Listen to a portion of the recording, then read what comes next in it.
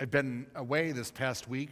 Last Saturday, I went to El Salvador for a week as part of a faith delegation of GLBT faith leaders to go and observe human rights activities that were taking place there, to advocate for the rights of gay, lesbian, bisexual, transgender people who, under the law there, have no protections at all. And it's a very violent place, and I'll say this, it is literally true that the murder of transgender people in particular, many of whom are sex workers, go entirely unpunished and uninvestigated. Entirely. There is no consequence for those who commit crimes against transgender people in El Salvador at this time. So that's one reason why I was there. I was there to be in solidarity with people and also to participate in a great commemoration of Archbishop Oscar Romero, a great liberation theologian who was assassinated in 1980 and whose writings and example had a profound impact on me and many people of my generation. We went into ministry conscious of his example, believing that our faith gave us the courage and the vision to change the world and to fight injustice. So to be able to participate in this great commemoration in the Metropolitan Cathedral in downtown San Salvador, to be at his grave, and to see that even though the Catholic Church there has repudiated Archbishop Romero and the legacy of liberation theology and tried to erase his memory, each year on the anniversary of his death, the people rise up and recall his memory. To be there and to be present for that was a great faith moment. And I'm telling you all this because one thing I hadn't anticipated is that I went there conscious that though I did not represent Cathedral of Hope in any official way, what a blessing it was to be able to tell the people I met with, gay, lesbian, bisexual, transgender, and their allies, about a great church in Dallas, Texas, where each week people gather to worship in Spanish and in English, and to carry on the legacy of liberation that, though invisible at this time to them in El Salvador, was influenced by people like Oscar Romero. And to be able to tell them, we have our own church where we are safe. To be able to tell them about this place called Hope was such a tremendous gift. And I just wanted to tell you that at the beginning. If you ever are tempted to take this place for granted, I urge you to just spend a minute thinking about what it would be like not to have it, or what it would be like to live in a place where people live in daily fear of their physical safety and where religion as a force in society is against them. That may help you recall how important Cathedral of Hope is. What we are doing here matters, and I hope you feel that. And I just wanted to acknowledge that before I talked about this Bible passage, which the experience of being in El Salvador is still very present to me. I'm not even sure how much of it I'll talk about this morning, some. But I ask your prayers for the people there. See, they think that nobody notices. Nobody is aware of what's happening to them in that place. And we all know what that can feel like too. So pray for them and for their liberation. This morning we want to look at the story from John 9 it's always called in the commentaries, the story of the man born blind, because like many cool characters in the Bible, there is no name for this person. The best characters, the best spiritual examples in the Bible are sometimes people whose names we never know, sometimes because the Bible has a patriarchal bias, and so many female characters never get names because it wasn't important to the people who compiled the book. That doesn't make them any less valuable. And other people who were on the social margins, the people about whom Jesus cared the most, sometimes their stories are here without names. And though this does not make up for it, I believe that the characters without names in particular are the ones that we are invited to identify with the most. The nameless ones have our names in them, and our story is here. And this theme that we're looking at during Lent right now is testify to love Jesus in each of the stories that we're looking at each week. Last week, the woman at the well. Next week, Lazarus, and other stories in this cycle are all stories in which Jesus turns his life into a testimony about love. And it has consequences of healing and liberation for people around him. And also, Jesus, I believe, loves his way into resurrection on Easter. When you read the stories in John's Gospel, it's a sequence of events in which Jesus' gradual awareness of the power of love that is stronger than death, that Pat just talked about, enables him to live into resurrection on Easter in a way that makes it natural, inevitable, and I believe for us, replicable as well. These 5 stories in John's Gospel are the best in the Bible, and this story is one of them. So it starts off with this detail. As Jesus walked along, he saw a man blind from birth. And in the first episode, there are 8 episodes in the story, only 3 of which we printed in the program this morning. People begin speculating, religious people, well, what caused this blindness that this young man suffers from or lives with? Is it something that he did or something that his parents did? Now, this is a peek into the mind of the pathological religion that many of us were raised in, or of the families in which we were raised too, as if everything has to have blame, as if everything is somehow meant to judge. Jesus challenges this notion head on. Illness is not caused by God. I want to say that very clearly, because you know when this Bible story came alive for me especially was first coming out as a gay man, when homosexuality was seen as an illness scientifically in the 1970s, in particular when I was coming out. And then as we emerged and evolved as a society, when AIDS emerged on the scene, people often would say AIDS was caused as God's punishment. When I say this, I remind us of this history this week, in the last few weeks when Fred Phelps just died. That discourse was real, and it hurt people to be taught or told that God punishes through illness. It's an old heresy. Jesus rejects it head on. It's like he says there are 2 kinds of people in the world: people who look for reasons to blame or judge, or people who regard life circumstances as opportunities to see God's presence at work. Which are we? And so Jesus says, you're looking at this all wrong. And let me say this here and now in 2014. God does not punish through illness. God is present in illness with us as we suffer and as we transcend both. So the next episode happens conscious in this story so far.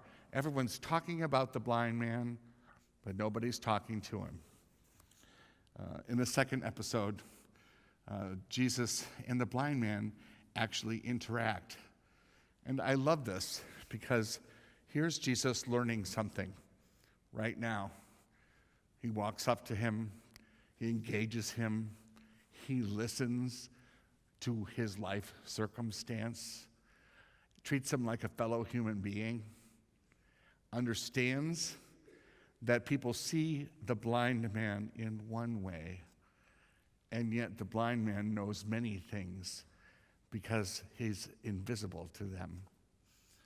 and he understands his circumstance, so he engages in an act of sort of homeopathic healing, I guess is the best way to say. He makes mud, puts it on his eyes, says, "Go bathe in the pool at Siloam." And when the man comes back, he's able to see.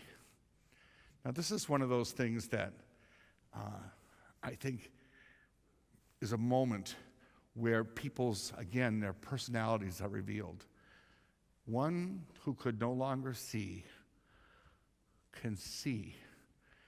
And do we see next a scene of great celebration?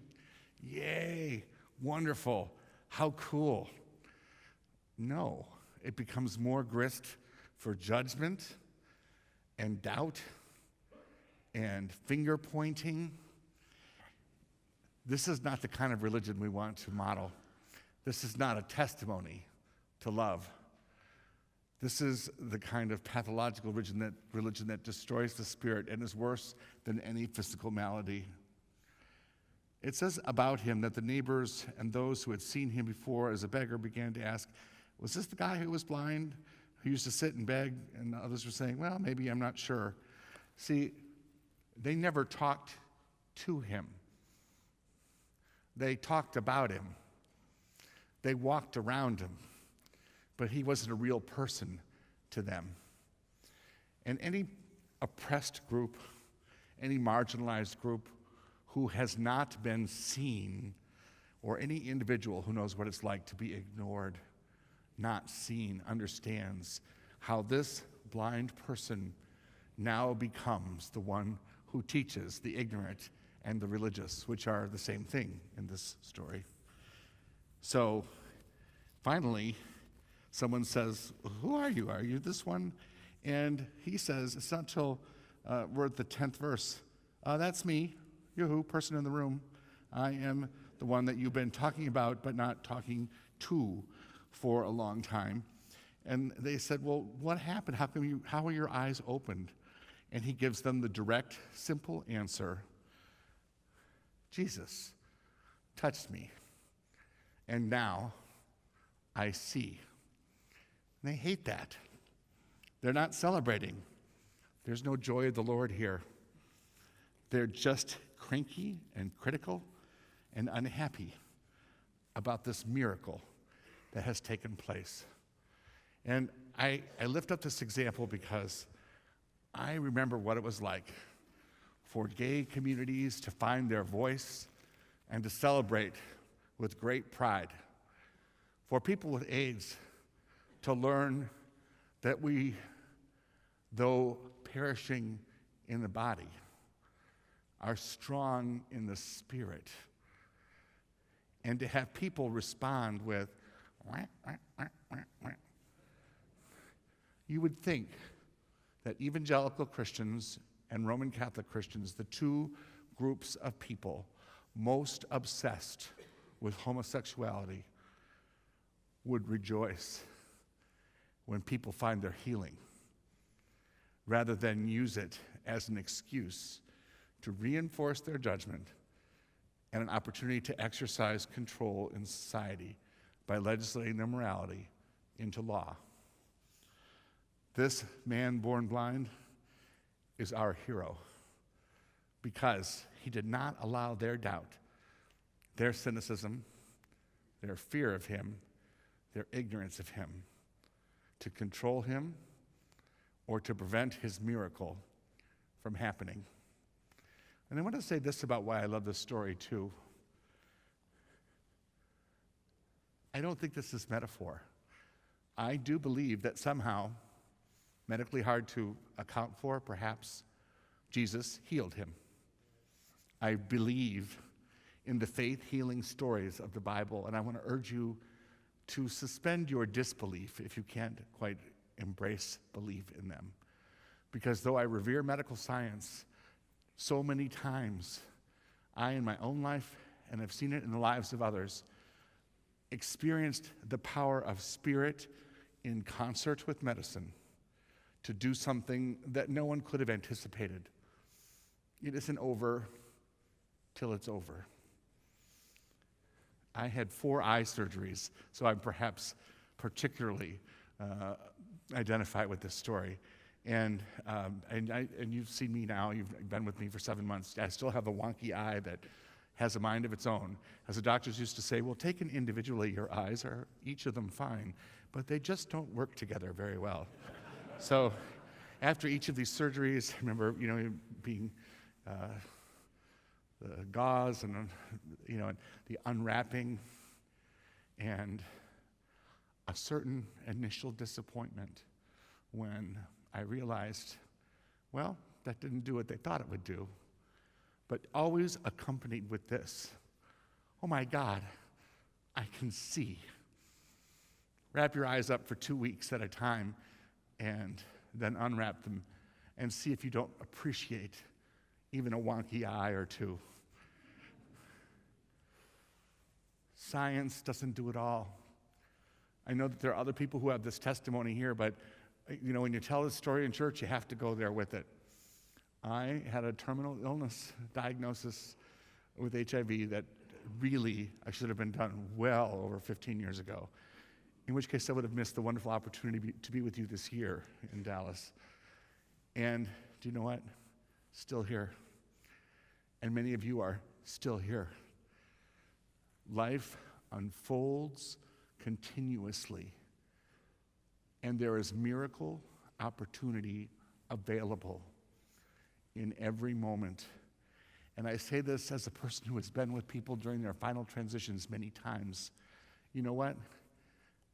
Miracle and revelation happen every single moment. Sometimes people will draw a line in the sand. This was very common in the AIDS years when AIDS was terminal.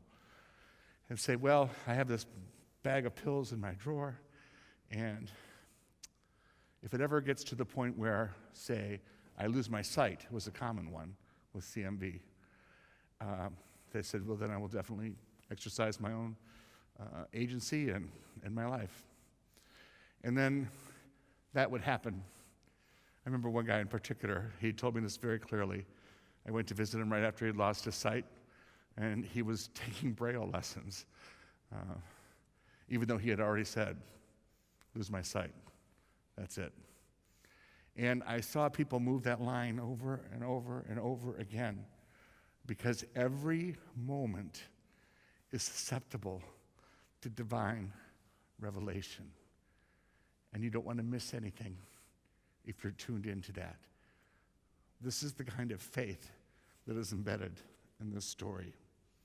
So in then the 4th little episode, this is after the part that was left off, that was printed in the program. The religious people come as a group to examine what has gone on here, and I know this is part of it still, and they just can't accept what has gone on. They say, well, what happened? And Jesus, he says, well, as I've explained before, Jesus touched my eyes, and now I can see. And they said, they can't. He's a sinner. And finally they say to him, well, what do you think? It was your eyes that were healed. Finally, someone asked him that. His opinion in the 17th verse of the story, his theological insight. So much more fun to talk about people than to talk to them, isn't it? He says, Jesus is a prophet. And what is a prophet? A prophet is one who sees possibilities that others do not see. A prophet is one who senses things maybe before they happen, but which are already unfolding.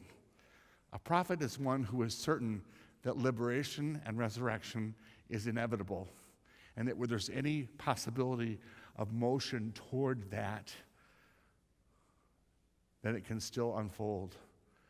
So to the blind person who is supposed to be ignorant, this Jesus brought revelation. To the religious people who had strongly held, rigid convictions about the role of people that they should be assigned to, he was a sinner. I don't know about you, I'll take the testimony of the blind man over the testimony of the religious people. And then it just goes from bad to worse. Be sure to go and read the rest of the story because there's a great deal of humor in it. The religious people go to his parents because they're unsatisfied with this answer. Is this your son who they say was born blind? And the parents answer, yes, of course it's our son. And then they say, well, what happened here? And they say, don't ask us. He's of age. There's probably not enough therapy for that family at this point. But I say this with some sympathy, having listened to many parents who have agonized over why they have a gay child, convinced that they did something wrong. Not because they thought they had done something wrong, but because religion, or Dr. Spock, remember that, the behavioral guy, not the Star Trek one. He wouldn't have said that. Told them that they did something wrong. The burden that parents carry, which is not so visible today, but which was very tangible in a prior generation. I want to say to them, be set free. Be set free. You did nothing wrong. We learned how to love because of how you loved us. We did not learn to be gay because of some mistake you made. And then the story continues. There's just, more drama. The blind man interacts with the Pharisees. They keep questioning him. How could this have happened? Finally, he says to them in a classic smart aleck moment, it really sounds to me like you want to become one of Jesus' disciples. You have strong interest in his teachings. And so then they kick him out of the church in the ways of Christians. They don't like humor, and they don't like criticism. This story is about a healing. It's about a restoration. And in it, Jesus intends to teach this, that worse than the lack of physical sight is ignorance. Ignorance is a kind of blindness, and that is also susceptible to healing, but it's far worse than the kind of blindness that is being experienced by the blind man. He teaches them because he refuses to be invisible or silent anymore. He tells his testimony, and it changes him, and it changes them. His Easter comes early. The prouder he becomes, the more certain in his testimony, the clearer his resurrection is. And I want to lift that up to you. You have a testimony.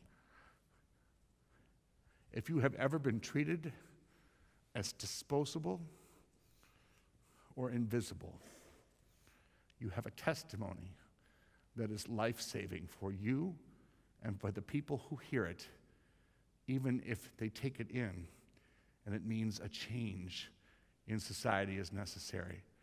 It was not coincident that all through the 1980s, our government ignored people with HIV and their plight and used this language when refusing continually money for treatment and for research.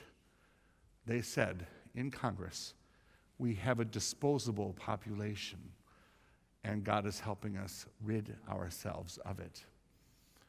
At the same time, our government in El Salvador, our government, the United States government, was funding the military regime for fear that it would become communist, that led to the death of 75,000 civilians. And we never talked about it in the United States to the extent that we should have. 2 silences simultaneously taking place. The disposable and the disappeared, which was the language that they used in El Salvador. The time is now over for there to be disposable or disappeared in our society. And we are compelled by the example of the person born blind, and by our comrade in faith, Jesus Christ, to speak up in the silences and to proclaim love, and also to proclaim social change if necessary, to make sure that no one is ignored, disregarded, disposed of, or seen as unworthy of protection for their humanity. I went to El Salvador to be reminded of what I already knew, and to promise them that I would come back here and tell you their story, and also to ask you for your prayers for them, and to invite all of us to live into the power of resurrection that Jesus models, but that others have as well. Archbishop Oscar Romero, 2 weeks before his death: I have frequently been threatened with death. I must say that as a Christian, I do not believe in death, but in the resurrection. If they kill me, I will rise again in the people of El Salvador. I am not boasting. I say it with the greatest humility. But I wish that they could realize they're wasting their time if they try and kill me. A bishop will die, but the Church of God, the people, will never die. Jesus Christ lives. Oscar Romero lives today through the people of El Salvador, and we have an opportunity to live and love justice into reality. Amen.